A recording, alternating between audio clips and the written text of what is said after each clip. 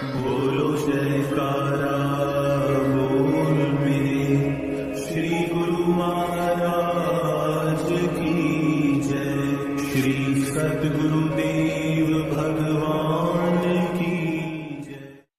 गुरुमुखो प्रत्येक जिज्ञासु की यही इच्छा होती है कि मन पर विजय पा ली जाए, परंतु मन को वश करने के साधन जो यह जीव करता है, इससे मन वश में नहीं आ सकता, बल्कि उसका सारा परिश्रम व्यर्थ चला जाता है। जैसे कि किसी पशु को अत्यधिक खिलाते पिलाते रहो, उससे कोई काम न लो और फिर यह चाहो कि वह मोटा भी न हो, तो ऐसा कभी नहीं हो सकता। वह तो खाने पीने में होशियार और कार्य करने में फिर मादी बन जाएगा। ऐसे ही मन बड़ा चंचल है और माया के मलिन संस्कारों में रहकर इसे मायावी कार्य में व्यस्त रहना ही प्रिय लगता है। मायावी सुख ऐश्वर्य के प्रसाधनों को जुटाकर यह कहे कि मन उस ओर न जाए, ऐसा तो कभी नहीं हो सकता। भक्ति की ओर कभी ध्यान न दे और चाहे कि मन पर विजय पा ली जाए, यह व्यर्थ कल्पना है। सुख चैन की निंद्रा में सोकर विपक्षी दल को परास्त नहीं किया जा सकता। जब तक यह विदित ही नहीं कि विपक्षी दल शत्रु भावना लिए हुए है, तब तक उसे परास्त करने की भावना जागृत नहीं होगी। फिर शत्रु को मित्र समझकर सुख की निंद्रा में सोए तो शत्रु ने तो आक्रमण करना ही है। इसी प्रकार मन माया से मिलकर शक्तिशाली बनता जा रहा है। संत महापुरुष बतलाते हैं कि मन को मित्र न समझो, यह तुम्हारा शत्रु है। मन को बस में करने के लिए मन से परामर्श मत करो। इस शत्रु को वश में करने वाले समय के संत सद्गुरु ही होते हैं। इसलिए सद्गुरुदेव जी से ही मन को वश करने की सलाह करनी चाहिए। सद्गुरु ही मन को पकड़ने की युक्ति बता सकते। संतों का कथन है, मन लोचे बुराइयां गुर शब्दी एह मन होइए। मन तो माया की ओर शीघ्रता से जाता है। सद्गुरु के शब्द से इसका रुख मोड़ना चाहिए। मित्र ही मित्रता का नाता पूर्ण रूप से निभा सकता है, शत्रु नहीं निभा सकता। जिसके मन में खोट हो वह ऊपर से तो मित्रता दिखाता है, परंतु समय पर धोखा दे जाता है। बिल्कुल ऐसे ही जैसे कि मन को अपने अनुरूप मायावी सुख ऐश्वर्य के साधन मिलते जाएं, तो वह जीव को अपनी मित्रता दिखलाता है। परंतु जरा इसका रुख मोड़ दिया जाए, अर्थात भक्ति की तरफ किए गए मार्ग में विघ्न डालकर खड़ा हो जाता है। वास्तव में संत महापुरुष ही जीव के सच्चे हितैषी हैं। वे इस लोक में भी सत्य मार्ग दर्शाते हैं और परलोक में भी साथी बनते हैं। वे मन को वश में करने का उपाय बतलाते हैं। जैसे कि परम संत श्री कबीर साहिब जी ने कहा है कि मन मनसा को मारी ले, घट ही माही घेर, जब ही चाले पीठी दे, अंकुश दे दे फिर। कि संत महापुरुष फरमाते हैं कि मन को काबू करके इसे अंतर्मुख करो। जब जब भी यह बाहर की ओर भागे, नाम के अंकुश से पुनः अपने वास्तविक स्थान पर ले आओ, तभी यह वश में हो सकेगा। अन्यथा नाम के बिना इसे वश में करने का कोई साधन नहीं है। अतएव संत महापुरुषों को मित्र बनाकर मन शत्रु को परास्त करने से ही विजय प्राप्त होगी। जब तक जीवात्मा के हितैषी सद्गुरु को अपना मित्र न बनाया तो मन एक प्रश्न बनकर रह जाएगा। दुश्मन को परास्त करना ही वीरता है। मन पर विजय पाना ही भी मनुष्य का ध्येय है और सद्गुरु की कृपा से ही मन को जीत कर अपने लक्ष्य की पूर्ति कर सकते हैं। गुरुमुखो, चोर सदा अंधकार ही चाहते हैं। अंधेरी रात में चोर चोरी करते हैं, उन्हें अंधेरा ही अच्छा लगता है। जहाँ पर प्रकाश हो वहाँ पर चोर कभी नहीं जाते।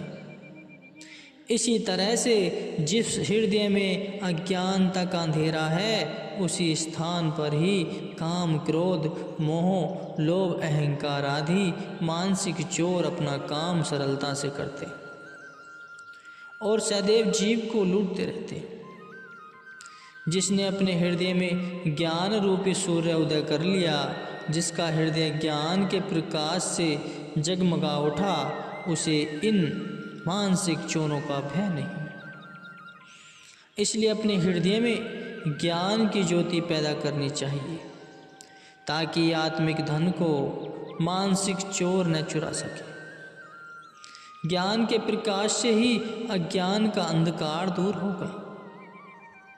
ज्ञान के भंडार सद्गुरुदेव से ही ज्ञान की प्राप्ति सुलभ है। तभी 5 चोरों से बचा जा सकता है। सांसारिक धन यदि चोर चुरा कर ले जाए तो वह पुनः भी एकत्र किया जा सकता है, परंतु आत्मिक धन को एकत्र करने का जो मनुष्य जन्म का समय एक बार हाथ से निकल गया, वह दोबारा नहीं मिलेगा। यदि मनुष्य मोह माया के अंधकार में भटकता हुआ संपूर्ण जीवन व्यतीत कर दे तो उसका परिणाम सिवाय 84 लाख योनियों के और क्या मिलेगा। यह अज्ञान का अंधकार क्या है? इंद्रियों के सभी रसों भोगों में मग्न रहना ही अज्ञान है।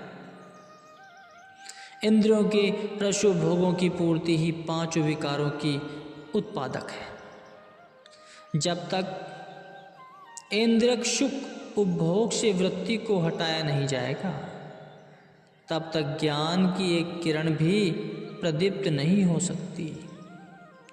श्री कृष्णचंद्र जी महाराज जी ने भक्त अर्जुन को यही उपदेश दिया था। इंद्रियों और इंद्रियों के सभी भोगों में जो राग और द्वेष भरे हैं, तो उनके अधीन न हो, क्योंकि ये दोनों ही अर्थात राग और द्वेष कल्याण मार्ग में विघ्न डालने वाले प्रबल चोर और शत्रु हैं। यदि एक चोर मकान में घुस जाए और मालिक को गहरी नींद में सोया हुआ पाए, तो वह सारे घर का सफाया किए बिना नहीं जाता। परंतु यहाँ तो अंतर में कितने ही चोरों का निवास है। यदि जीव अज्ञानता की गहरी नींद में सोया रहे तो इसका क्या हाल होगा। वे तो मिलकर जीव की आंतरिक पूंजी पर अधिकार जमा ही लेंगे। इस अज्ञानता रूपी अंधेरे को दूर करने के लिए सद्गुरु के ज्ञान की रोशनी ही सामर्थ्य रखती है। सद्गुरुदेव ही इन चोरों से छुटकारा पाने और जन्म मरण के चक्र से छुड़ाने का साधन बताते हैं। गुरुवाणी में लिखा है कि ज्ञान अंजनो गुरी दिया, अज्ञान अंधेर विनाशु, हरि कृपा ते संत भेटिया, नानक मनि पराशु। सतगुरु से ज्ञान का दीप मिल गया तो अज्ञानता का अंधेरा दूर हो जाएगा, अंतर्मानस में प्रकाश छा गया तो सभी विकार रूपी चोर स्वयं ही साहस खो देंगे।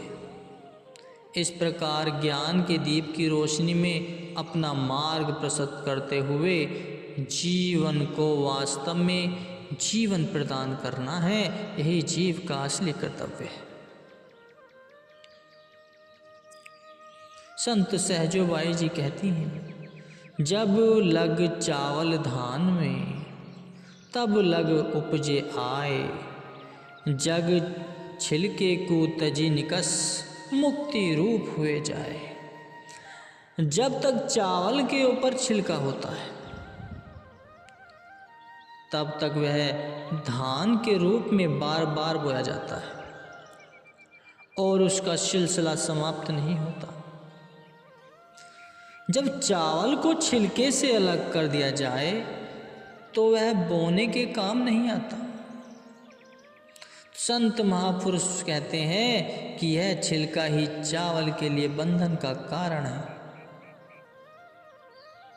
जब छिलका अलग कर दिया जाए तो चावल उगने के बंधन से स्वतंत्र हो जाता है।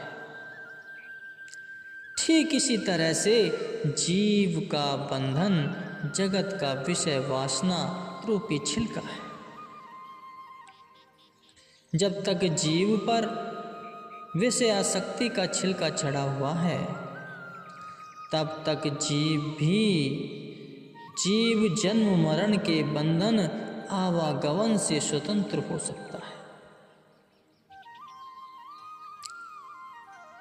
जब वासना रूपी छिलका उतर गया तब इस जीव को मोक्ष की प्राप्ति हो गई।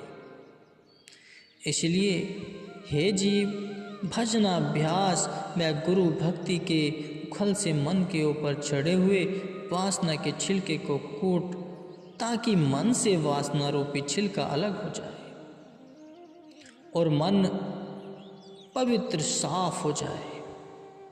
सिवाय इसके जन्म मरण से विमुक्त होने का और कोई साधन नहीं।